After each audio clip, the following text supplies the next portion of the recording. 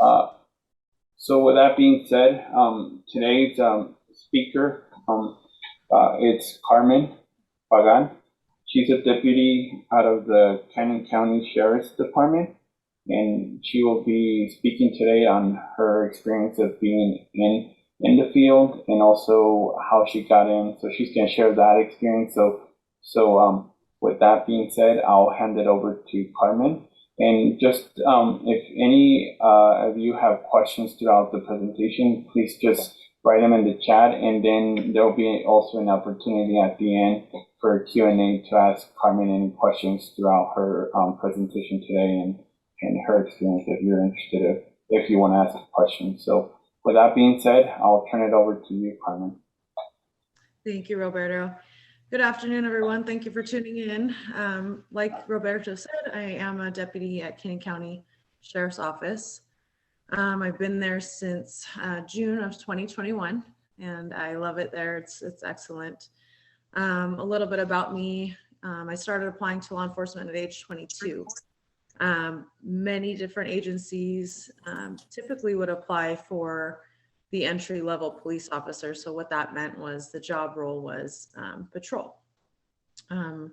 Shortly realized that if you don't have any experience in law enforcement or military, that can be kind of tricky to get into right off the bat. So after a couple attempts, I decided to, maybe revamp my resume, say, what can help me look better moving forward? Why am I not getting these positions? So I decided to go back to school and pursue my criminal justice major. And a couple of semesters in, I talked to my advisor, and he brought up the CWI law enforcement program. At the time, it was fairly new. I actually was class number 8, so that's how new it has been. And he just kind of said, this is kind of like your trade school for law enforcement. So for me, not having to go through the prerequisites, I should say, was a huge grand slam for me, because I feel like if I'm going to use this every single day, I should be trained on it. So as soon as you brought up the law enforcement program, I was hooked. And we'll get into a little bit more about what they do over there. But so I graduated July of 2021. And if you take a look, my start date at Cannon County was before I graduated the CWI law enforcement program. So if you're wondering if it works, it does. You have people recruiting from CWI all the time. So that was a great thing for me to get off shift and go to my graduation for school. So, in my career, where I want to see myself go is I want to go to investigations. So your detective work, your homicide, your domestic violence, somewhere in there, and just move up the chain from there. So a little bit about what Roberto was saying. I'm talking about being in law enforcement, also being a female in law enforcement. So a non-traditional role for most females. So we're going to jump into a little bit of the history of how we got into it, how females got into police work. So here's a little history of women in law enforcement. So at first, women hired by police departments were actually called matrons. So they were kind of like a glorified nurse, if you will. So they would talk to the juvenile suspects, the women victims. They would do pat searches on the females. They would actually make lunches for the male officers. So not a whole lot of police duties. It was more just, kind of being the maternal role. So they would be put in jobs that were women, such as, talking to children there.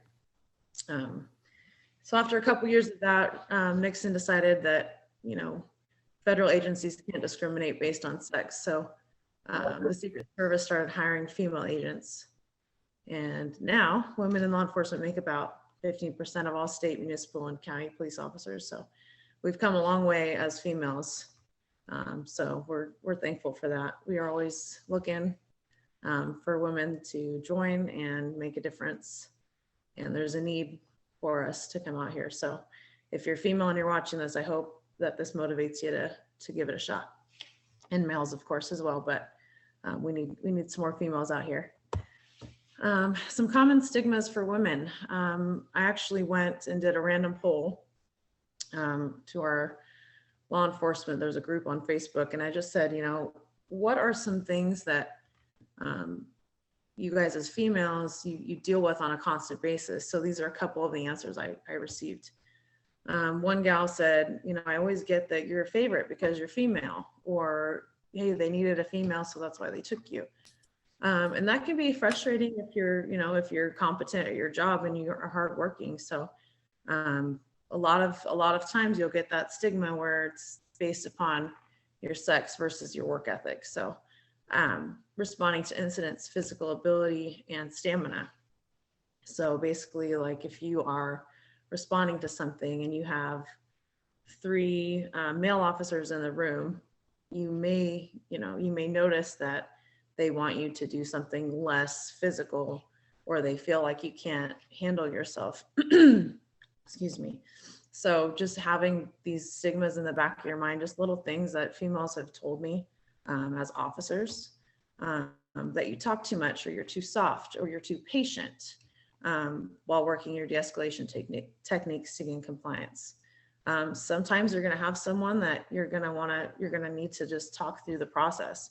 And if we can gain compliance versus using force every single time, then I think that's a tool. So that's kind of one of the benefits that I listed below. Women are able to de-escalate more efficiently in some cases, simply because, women tend to be a little bit more patient. If you look at, here's an example. So if we have this big guy that we pull over, say he just got off the phone with his wife, he's angry, he's agitated. And if we send a male officer, that's a big male officer, to the window, and he's, agitated, the guy's not rolling his window down right away, or, there can be some conflict of, trying to get through to this person. Whereas if you had a cover officer that was maybe female, comes around the other side and just says, hey man, just tries a different approach. Because obviously, in some cases, your point officer is not always going to have the best rapport. Maybe your cover officer can dig into that and get a rapport built. So it kind of has give and take with that. We do have benefits in what we do. So with these stigmas, in any situation, whether you're male or female, if you get these stigmas where it's, you're a favorite, or because you were military, or, things like this that kind of try to belittle your qualifications, just use it as a motivation, just drive forward, use it as fuel. If they're saying, you're female, that's why you're going to the road, they need females out there. Well, not necessarily, because, you put in the same work. You're still a police officer, just like everyone else. You've done the physical test, you've done the oral board, you've earned your keep. So I hope that if you do come across any of these stigmas or these negative sayings towards your career, I hope you just use it as fuel and move forward on that. Okay. So here's branching off of that, is just keeping your mindset straight. Don't blame your inadequacies on being female, on being small. I'm too small to go hands-on with this guy, or I can't shoot as well because I'm a female, or, anything like that. Or even as a male, oh, I didn't do, I can't lift as much as this guy. I can't do that. Don't blame inadequacies on being female, or whatever your reasoning is. You're a police officer. We all have to do the same job. Get it done. Remember, you earned your keep, push on. So a little bit back on what I was saying there, ignore the cattiness, rumors, gossip. Remember why you started. Remember why you turned to law enforcement, whether it be, something you saw growing up, or if it's all those cool cop movies and you just thought it was kind of cool to kick down doors. Just keep that in the back of your mind, because there are going to be bad days. But just remember, never give up, never let your bad days win, and remember why you started. Train hard, train often. Post will give you Archon. It's not enough. You have to go to a gym, go roll around, do some jujitsu, get punched in the face, react, know how your body reacts, and get that muscle memory down. Because when you're in it, you gotta go. You gotta know what to do. So train hard, train often, and then pick brains. You know, you're always gonna have people that have been there longer, that have experience. Find someone that, you know, you can kind of do mentoring with. You can always learn different ways to do things. You're not going to know 100% of everything. So pick brains, keep learning. So jumping into the College of Western Idaho law enforcement program. I loved my time here. The instructors were top notch. Everyone, you know, was supportive. Everyone cared about you. It actually felt like one big family. If someone didn't show up, we were texting them, calling them, trying to figure out what was going on. So having that is huge, you know, especially in law enforcement where, you know, they always say it's like a second family. It truly is. So the law enforcement program was a great stepping stool, a great start. Basically what you get out of this, you get your double certification, of course, which means you are patrol certified. So basically, aside from a small academy, you don't need to go back to the post training, depending on agency. And then also detention certified, so your jails, your correction facilities, that kind of stuff. So you have that dual certification there. The benefit of that with your hiring agency, is that you're not going to have to spend money to send you to post.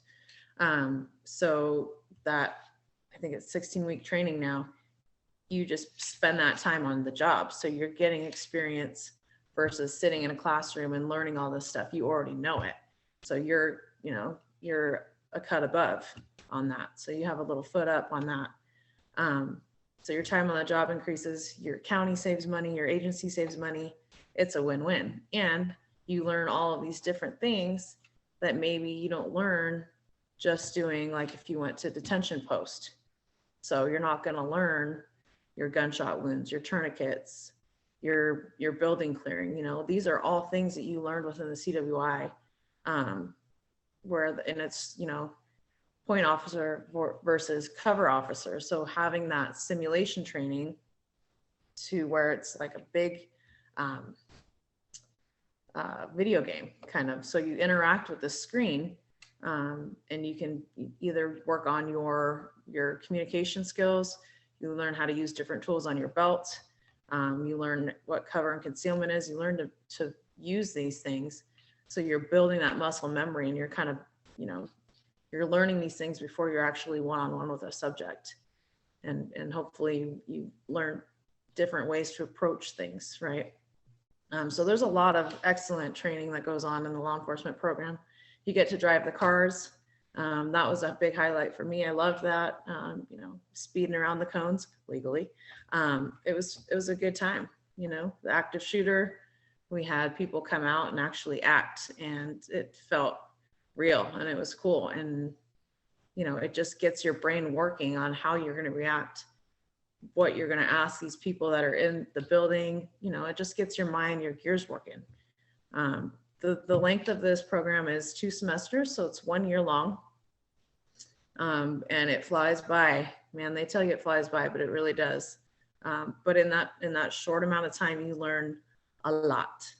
So I would highly, highly, highly recommend checking them out. And if you have any questions, feel free to reach out to them or myself, of course. With that being said, Canyon County Sheriff's Department is hiring. We're always hiring. We're always looking for people. I actually got recruited when I was at CWI. So I'm just putting us out here as an option for you guys. We are located in Caldwell. Excuse me. We're accepting entry-level positions, which is detention deputies, as well as lateral transfers, so patrol guys. If you've had military experience, if you had prior law enforcement, if you are, you know, coming from Arby's, wherever, we are hiring. So we're starting at $20.97 an hour, so $43,613 annually. Our benefits are excellent. It's Blue Cross. All the requirements you need here. There's going to be a couple more, but just your basic requirements is GED, high school diploma, some college courses in criminal justice. It's always going to help. That CWI enforcement program gives you a dual cert, so that really looks good on your application. 3 years, no recreational drugs such as marijuana. So if you have any other questions on requirements for Canyon County or any other agency, they're typically online, and you can go through there and make sure that you're qualified for that. So here's a little bit more of your application process for law enforcement, what to expect following your application. So if you get called to test, your first thing you're going to do is your physical agility test. So this is your push-ups, sit-ups, your sprint, your run. So for your sit-ups, you need 15 in a minute. Okay. Maximum push-ups is 21 at the minimum. There's no time limit on that, so you just go until you can't anymore. 300-meter run, you got 77 seconds to get around that curve, and then the 1.5 miles is 17 minutes and 17 seconds. So just some goals to set if you're wanting to test. Put your timer on while you do your sprints or you do your laps. That way you can kind of pace yourself. It's not terribly difficult to do. I did forget on here, they do typically do a vertical jump as well. Some agencies have gone away with that, but the vertical jump, I believe, I want to say it's 14, but I'm not entirely sure off the top of my head, but the vertical will be on there for most agencies as well. Following your agility test, it may even be the same day. You have a written test, so goes over like the demographics and facial recognition and a little bit of scenarios. So just trying to see where you're at mentally with this. There's a little bit of math, but it's not too terrible. Following the written test is an oral board. So it can be from 3 to 7 people on the board, different ranks. So make sure that you're trained up on what the stripes mean. Make sure that you're grading them according to their rank. Following the oral board, you may have a second follow-up oral board, just depends on the agency again. Just kind of hit and miss on that one. Following the oral board is a background check. So this is where they go and talk to everyone, your previous employers, your neighbors, your family, anyone that has been around you for X amount of years. They're going to go and check that out. Following your background check, you have a polygraph. That's your yes, no, hooked up to the machine, your lie detector test. You will have a packet to fill out prior to your polygraph test. If there's any issues with that, then they will dismiss it there, but that's what you can expect. There's a packet and then your polygraph test. Following your polygraph test, if all goes well, you'll typically get offered a conditional offer, which means you will be doing a psychological test. In some cases, you may get your final offer at that point. So it just depends on the agency. But typically you'll get a conditional offer before they do your psych test. If all goes well during your psych test, you'll get your final offer and you'll get to work. So it's a little bit of, a little bit to understand as far as when you're applying. It's not an overnight hiring process. It can take 6 months to about 8 months. So it's a lengthy process. They got to make sure, they got to vet you. So just know that it's going to take a while, but it's worth it when you get there. Some of my references on those statistics earlier. And then if you guys have any questions that I don't get to or that come up after this presentation, you can always shoot me an email. I will try and answer them in a timely manner for you. But yeah, feel free to reach out if you have any questions on law enforcement as a whole, the CWI program, or Canyon County. I'd be happy to answer those questions for you. Thank you so much for your time. If you have any questions now, feel free to ask.